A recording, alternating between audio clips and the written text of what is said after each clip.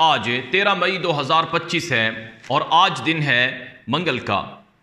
नाज़रीन इकराम, मशरिक़ वस्ता में अमरीकी सदर डोनाल्ड ट्रंप के हालिया दौरे से बड़ी बड़ी तब्दीलियाँ मुतवक्के समझी जा रही हैं,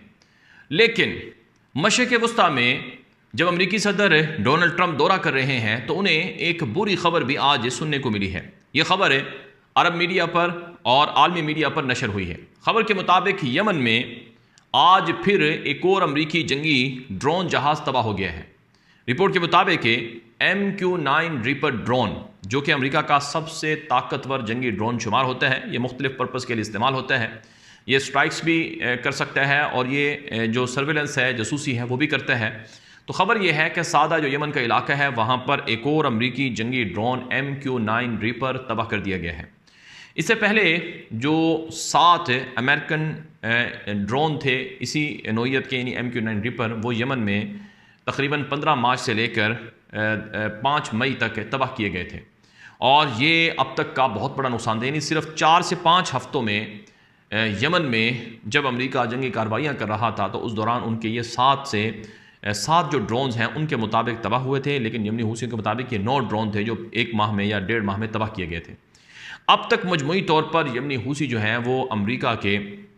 23 MQ-9 रीपर या 24 MQ-9 रीपर जो है वो तबाह करने के दावे करते हैं।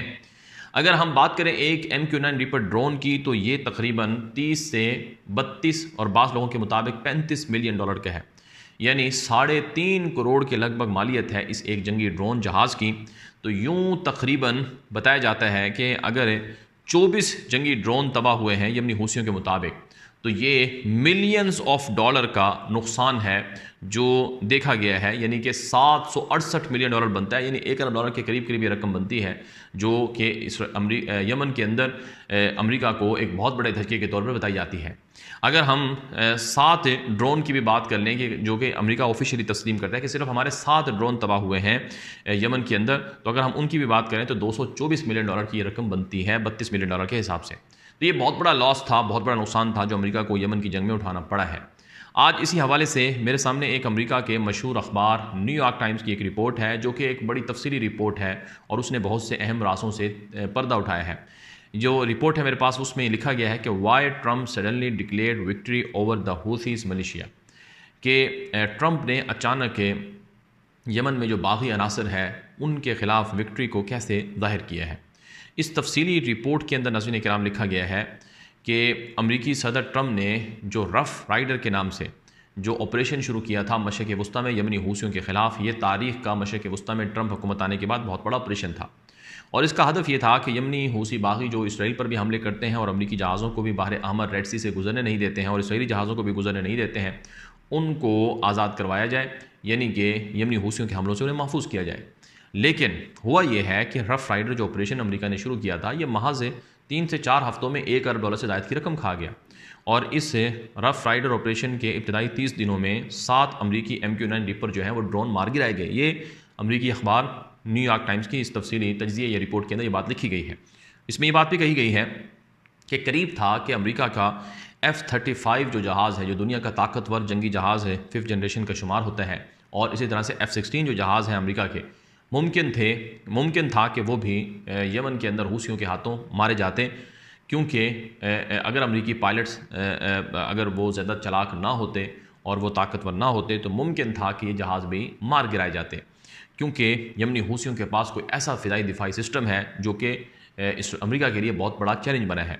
इस अखबार की रिपोर्ट में लिखा गया कि 2 F-18 नामी जो अमेरिका के जहाज़ थे वो हादसाती तौर पर तबाह हुए। आप जानते हैं USS हैरी ट्रूमैन जो अमेरिका का बाहरी बेड़ा है, उस पर लदे हुए 2 बाहरी जहाज़ थे,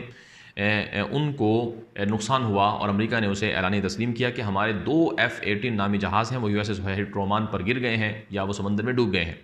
अब USS हैरी ट्रूमैन पर जो लदे हुए जहाज़ थे F-18, इनमें से एक की मालियत $60 मिलियन थी, यानी कि $60 मिलियन का मतलब है कि $6 करोड़ का एक अमेरिकी जहाज़ था। तो 2 जहाज़ तबाह हुए हैं तो $12 करोड़ ही अमेरिका के ज़ाया हो गए। तो यूं इस जंग में एक तो बहुत बड़ा म्यूनिशन जो है यानी कि गोला बारूद खर्च हुआ, दूसरा अमेरिका के ड्रोन तबाह हुए, तीसरा अमेरिका के F-18 जहाज़ तबाह हुए और चौथा जो है अमेरिका के जो F-35 या F-16 जहाज़ थे वो तबाह हो सकते थे। लेकिन उसके बावजूद हैरानकुन तौर पर अमेरिका के सदर ट्रंप ने जंगबंदी का ऐलान कर दिया। 6 मई 2025 को अमेरिका ने हूसियों के साथ जंगबंदी का ऐलान किया और ये जंगबंदी सल्तनत ओमान की वसातत से हुई है। अब ज़ाहिरन तो ये जंगबंदी हो चुकी है, लेकिन आज हैरानकुन तौर पर यानी आज 13 मई है तो आज सादा के अंदर यमन में एक और अमरीकी ड्रोन के गिरने की इतलात है, जिसका मतलब यह है कि जंगबंदी माहदे पर मुकम्मल अमल दरामद नहीं हुआ है और यमन में जो अमरीका का जो ऑपरेशन है या अमरीका की जो कार्रवाइयाँ हैं वो किसी न किसी अंदाज में चल रही हैं। अब जो दीगर ज़राए से मिलने वाली मालूमात हैं उनके मुताबिक जो यमन के अंदर अमरीकी ड्रोन जाते हैं वो ज़्यादातर सर्वेलेंस करते हैं, यानी जो MQ-9 रीपर है ये बड़ा ताकतवर ड्रोन है और इतना महंगा ड्रोन है, ये वहाँ पर इंतहाई ख़ास मिशन पर जाता है, लेकिन हैरानकुन तौर पर इसे डिटेक्ट करके इसे मार गिराया जाता है। ये बहुत बड़ा धचका है। और फिर यमन से मिलने वाली दीगर इतलात में बताया गया है कि यमनी हूसियों के पास अमरीका के B-2 स्प्रिट जो कि न्यूक्लियर वेपन को कैरी करने वाला अमरीका का ताकतवर जंगी जहाज़ शुमार होता है, जो अभी डियागो गार्सिया नामी जजीरे पर भेजा भी गया था, मुमकिन तौर पर उसको गिराने की भी सलाहियत या उनको टारगेट करने की सलाहियत भी यमनी हूसियों के पास मौजूद है, या उनके पास कोई ऐसा डिफेंस सिस्टम है या कुछ ऐसी टेक्नोलॉजी है जो उनके पास मौजूद है। अब अमरीका के अंदर ये बातें कही जाती हैं कि यमनी हूसी अमरीका की पाबंदियों के बावजूद, गुरबत और कहत के बावजूद ऐसा कैसे करने में कामयाब हुए हैं। बाद लोग कहते हैं कि ये सब ईरान का दिया गया हथियार है, ये ईरान की तरफ से भेजे गए मामलात हैं जिसकी वजह से ये सब कुछ यमनी हूसी करते हैं। लेकिन कुछ दीगर ज़राए से मिलने वाली खुद अमरीकी मीडिया पर भी चीज़ें आई हैं कि चाइना जैसा मुल्क यमनी हूसियों को सपोर्ट करता है। चुनांचे जो चाइना की एक मशहूर सैटेलाइट कंपनी थी उस पर इल्ज़ाम लगा कि वो अमेरिका के बाहरी बेड़ों की एक्चुअल जो पोजीशन होती है बाहर अहमर में, रेड सी में, वो जाहिर करता था और उन्हें मदद देता था सैटेलाइट के ज़रिए से। और इसी तरह से रशिया पर यह इल्ज़ाम लगा कि रशिया जो है वो यमनी हूसियों को ताकतवर जो मिसाइल्स हैं ड्रोन गिराने वाले वो फराहम करता रहा है और ईरान की वसातत से रूस की ताकतवर टेक्नोलॉजी यमनी हूसियों के हाथ लगी है। लेकिन यमनी हूसी कहते हैं कि नहीं, ये सब कुछ हमने अपना बनाया हुआ है। बहरहाल सुन इकराम, अब सूरत हाल ये है कि अगरचे अमेरिका और यमन के हूसियों के बीच जंगबंदी का मामला चल रहा है, लेकिन इसराइल और यमन में ताहाल एक तरह से जंग जारी है। मसलन गुज़श्ता रोज़ भी इसराइल की तरफ से यमन के अंदर 3 पोर्ट्स या बंदरगाहों पर हमला करने का ऐलान किया गया और कहा गया कि उन बंदरगाहों को हमने निशाना बनाया है जहां से यमनी हूसी इसराइल के ऊपर मिसाइल मारते थे। फिर यमन से इसराइल के ऊपर मिसाइल हमलों का जो सिलसिला है वो नहीं रुका है। गुज़श्ता रोज़ भी इसराइल की तरफ से ऐलान किया गया कि यमन से आने वाले एक और जो मिसाइल था MQ-9 मिसाइल था फ़लस्तीन 2 के नाम से बैलिस्टिक मिसाइल, वो हमने गिराया है। अब तक यमन के जो हूसी बागी अनासर हैं जिनको इसराइल और अमेरिका बागी अनासर कहते हैं, उनके इसराइल पर बहुत ज़्यादा हमले हुए हैं। मसलन तल अबीब में वाक़ बिन गोरियन एयरपोर्ट भी एक मिसाइल हमले का निशाना बना, जो अगरचे महफूज रहा, यानी उनका जो टर्मिनल था वो महफूज रहा, लेकिन बहरहाल उसकी वजह से अभी तक इसराइल के लिए जो फ़्लाइट्स हैं गैर मुल्की वो बंद हैं और फ़्लाइट्स ऑपरेशन उस तरह से नहीं चल रहा है जिस तरह से माजी में चलता था। बहरहाल ये अब तक की ताज़ा मालूमात हैं, अपडेट्स हैं जो आपके सामने ताज़ा हालात यूट्यूब चैनल पर पेश की गई हैं। आप हमारे इस यूट्यूब चैनल को सब्सक्राइब कर लें, आके नशर कर लें। जितना ज़्यादा आप इस वीडियो को आगे नशर करते हैं उतने लोगों को फ़ायदा होता है। आप हमारे चैनल को सब्सक्राइब करना मत भूलें। हमारे बाकी चैनल्स भी हैं, उनको भी सब्सक्राइब करें। हर एक पर अलग अलग मालूमात और वीडियोज़ नशर होती हैं। इजाज़त दीजिए। अस्सलामु अलैकुम रहमतुल्लाहि व बरकातुहू।